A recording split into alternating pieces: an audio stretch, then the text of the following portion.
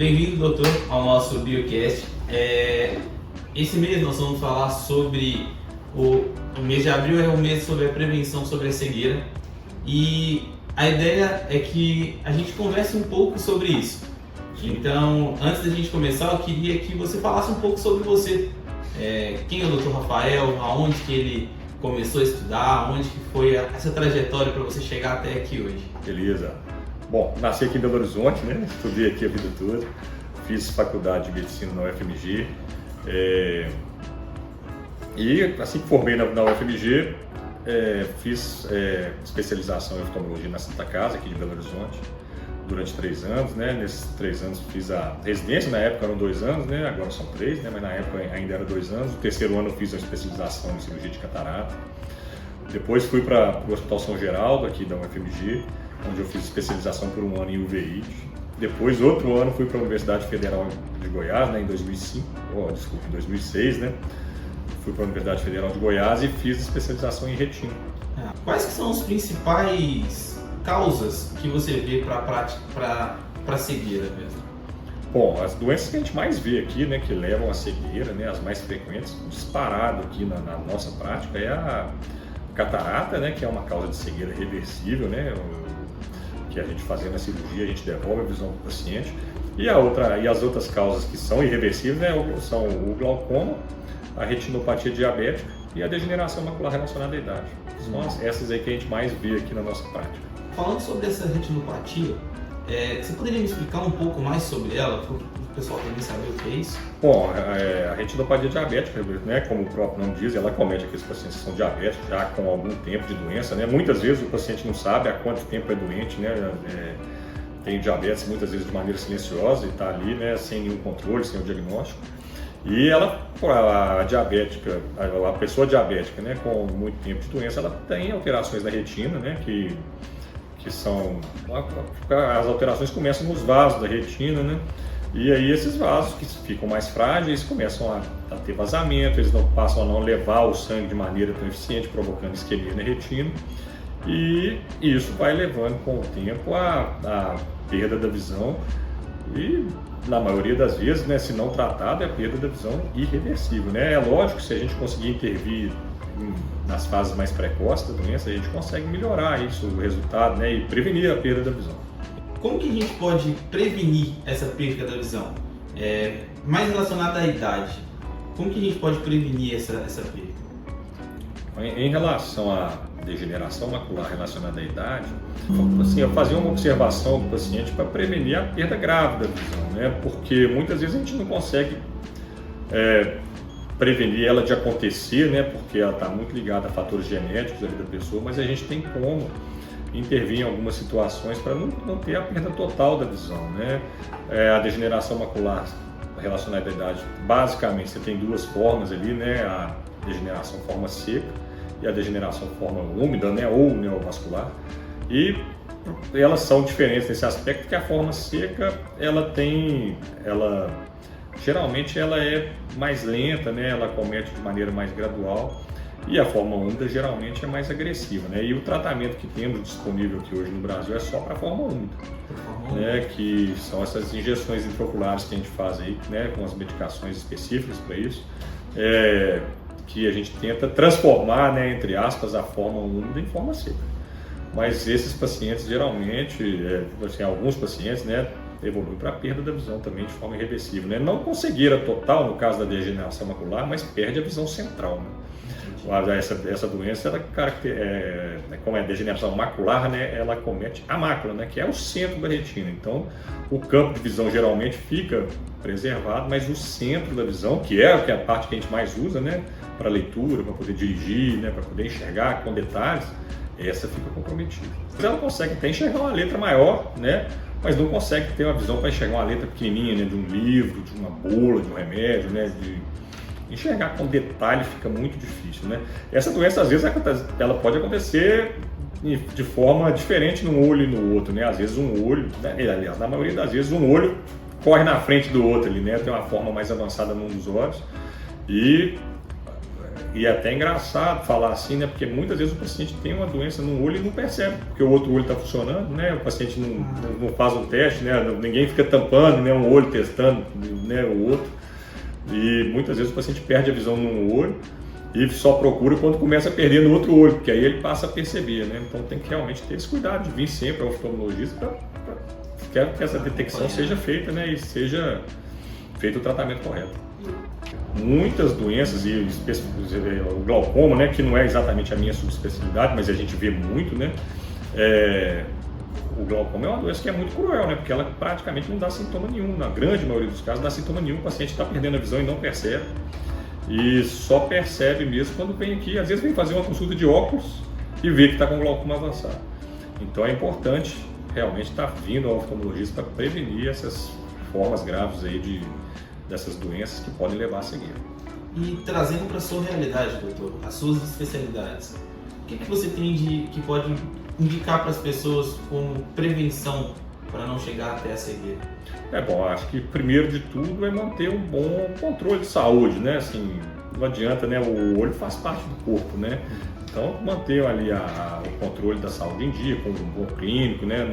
Para ter um acompanhamento realmente da saúde como um todo, né? E nesse acompanhamento a pessoa vai detectar se tem, por exemplo, diabetes, pressão alta, outras doenças aí sistêmicas que podem provocar alteração no olho, né? E ter uma boa saúde, né? Ter um controle bacana ali da parte clínica, né? De glicose, pressão arterial, a saúde como um todo, né? Ter um acompanhamento médico geral ali em dia. E a outra coisa é vir sempre ao oftalmologista, sempre que eu digo pelo menos uma vez ao ano, né? O diabético que é complicado tem que vir mais de uma vez ao ano, né? Você tem que estar sempre observando, porque esse tem como a gente tentar impedir ele de ficar cego, né? Então, a principal recomendação é que venha com frequência ao oftalmologista para fazer um check-up. Existem cirurgias que podem prevenir esse tipo de cegueira? Sim. Bom, no caso da catarata, né, a cirurgia é uma cirurgia aí bastante corriqueira, né? Todo mundo conhece alguém que já operou de catarata, né? Talvez é uma das cirurgias aí, talvez se não a mais realizada, uma das mais realizadas aí, considerando a medicina geral, né? A cirurgia de catarata hoje é uma cirurgia muito segura, né? Não gosto de dizer que a cirurgia de catarata é simples, porque não é tão simples assim, mas é uma cirurgia segura, quando bem realizada, devolve a totalidade da visão do paciente, quando o paciente não tem nenhuma outra doença, né? No caso das doenças de retina, né, tem que estar observando realmente aquele paciente que está notando que tem uma baixa de visão, está notando um embaçamento na visão, ou o paciente que às vezes uma coisa que muita gente acha que é boba, né, que é enxergar uns mosquitinhos na visão, isso pode ser um sinal de doença da retina e tem que viver. Né? Esses mosquitinhos aí pode ser um prenúncio de um descolamento de retina. Então tem que realmente comparecer ao consultório para poder avaliar a retina. E nós podemos falar que esse descolamento da retina é o princípio para chegar até a cegueira?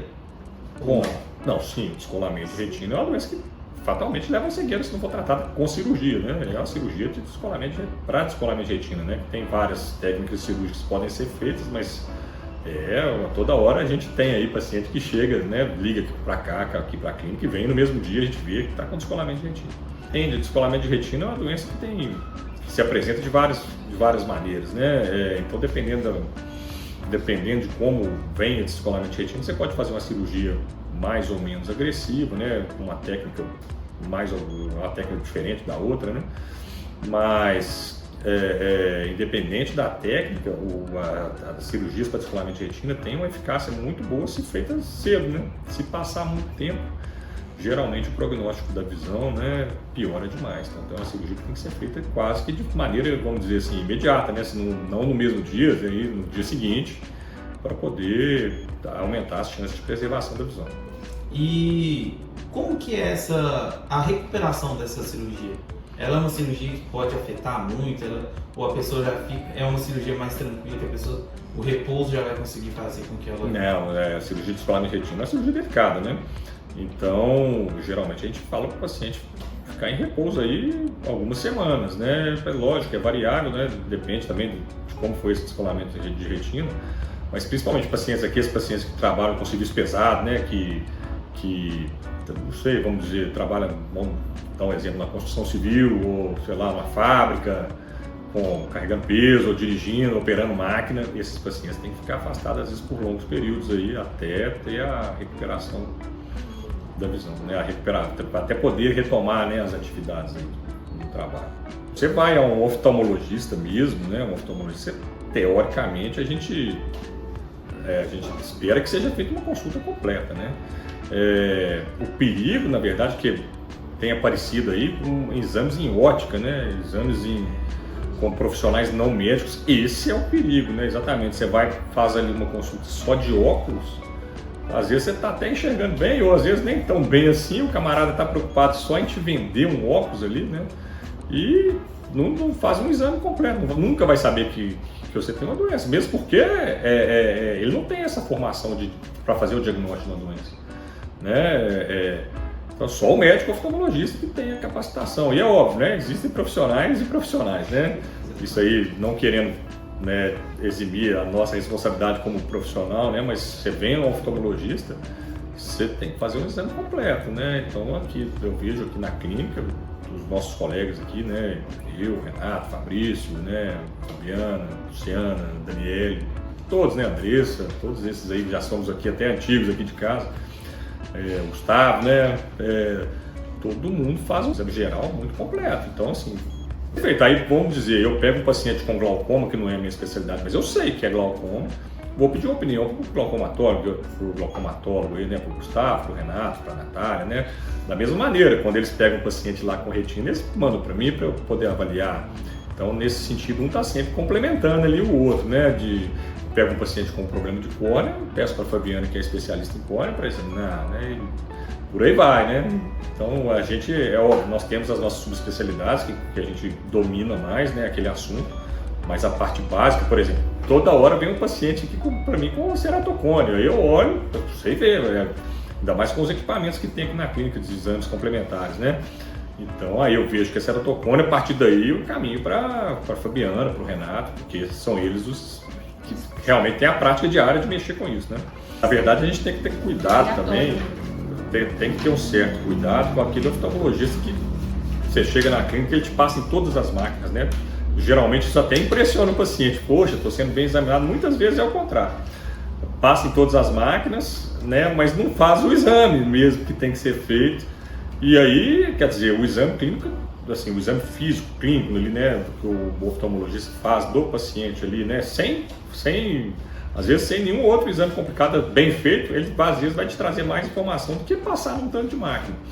É lógico, levantando uma suspeita específica, no caso, sei lá, do ceratocônia, tô achando que ela tem ceratocônia, é lógico, você vai pedir uma topografia da córnea, né, vai pedir uma paquimetria para poder ver a espessura da córnea e às vezes outros exames para poder avaliar o ceratocônia e também o tratamento, e o acompanhamento disso também você vai fazendo também com a topografia, ver se está piorando, né? E as doenças de retina, a mesma coisa, você tem os exames específicos para retina, mas a suspeita nasce, né? Vou pedir uma tomografia, eu tenho que suspeitar o que vai ter ali, não vou pedir isso vale para oftalmologia, vale para qualquer outra especialidade dentro da medicina, né? Você vai lá, num clínico, o cara pede um raio-x sem te examinar, ele não sabe o que ele está procurando, né? E se achar, e às vezes vem alguma coisa no raio-x, ele não vai ver, porque ele não sabe o que ele está procurando, como é que ele vai achar? Então, no nosso caso, vale, né? A oftalmologia, nós temos aqui, hoje, na nossa especialidade, dezenas de equipamentos que podem ser utilizados para apoio diagnóstico, mas são equipamentos de apoio, né? Então, primeira coisa, básico, né, ali, o pré-requisito, né, é um exame clínico geral ali bem feito. E você falou uma coisa interessante, doutor, que eu até queria te perguntar. Você falou que para você pedir um exame de retina, você tem que pelo menos suspeitar e ver o que está acontecendo.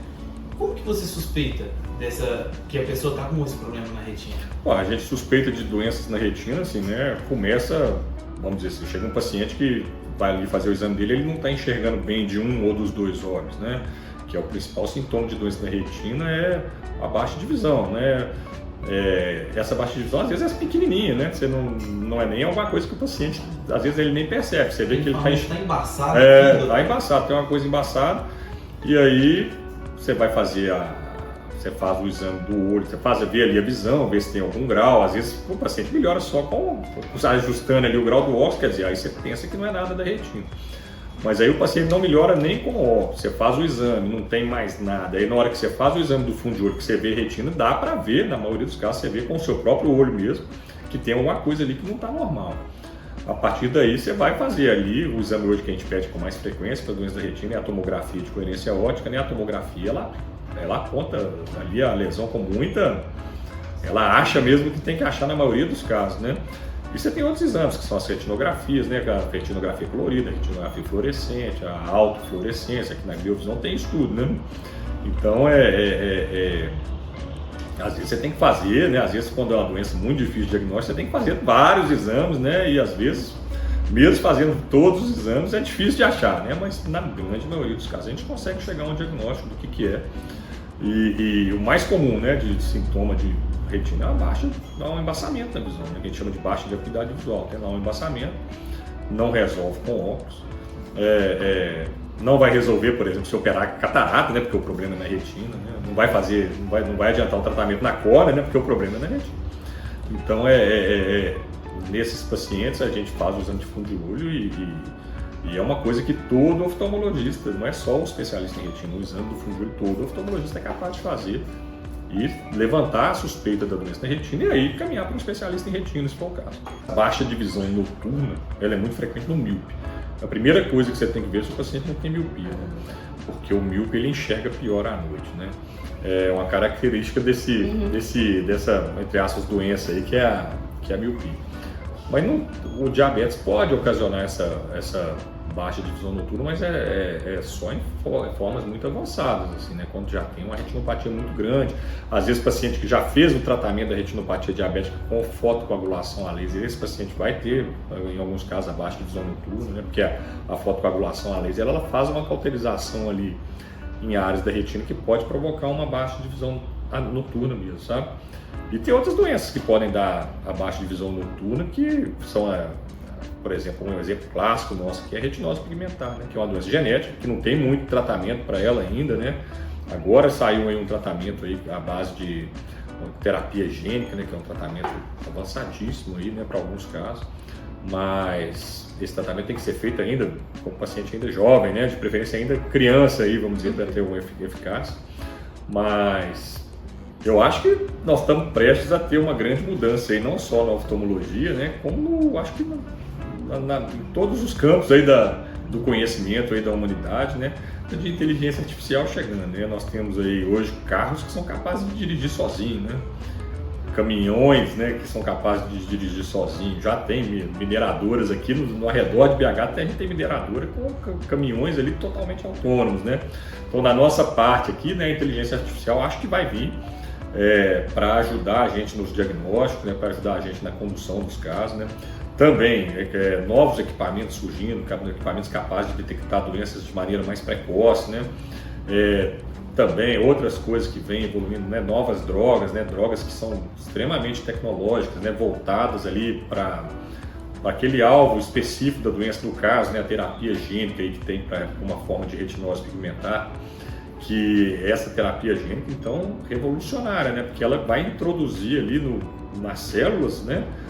A capacidade genética mesmo de produzir proteínas e enzimas que antes que elas não eram capazes de produzir, né? Que isso aí é uma coisa que realmente a gente está esperando que revolucione, né? Não só a oftalmologia, mas a medicina de uma maneira geral, né? Aquele paciente que tem uma doença genética, né? Que estava, entre aspas, aí, condenado ao resto da vida, né? Ter uma deficiência grave, né? No nosso caso, uma cegueira. Esses pacientes hoje têm esperança, né? De surgindo um tratamento específico para aquela doença, de reverter, ou pelo menos de estabilizar aquela condição, né, e não ficar completamente cego. A importância aí do Abril Marrom, né, para conscientizar as pessoas, né, quanto à prevenção da cegueira, né. Então, não é só no mês de abril, né, são em todos os meses do ano, né, mas é muito válido ter esse mês aí, né, igual tem outras campanhas aí como câncer de mama, né, como câncer de próstata, né, a campanha para cegueira é válida também para a gente poder conscientizar a população de que grande parte das doenças são preveníveis aí vamos dizer assim, de levar a cegueira, né, grande parte das doenças tem tratamento E quanto mais precoce for o diagnóstico, melhor a chance de sucesso, né?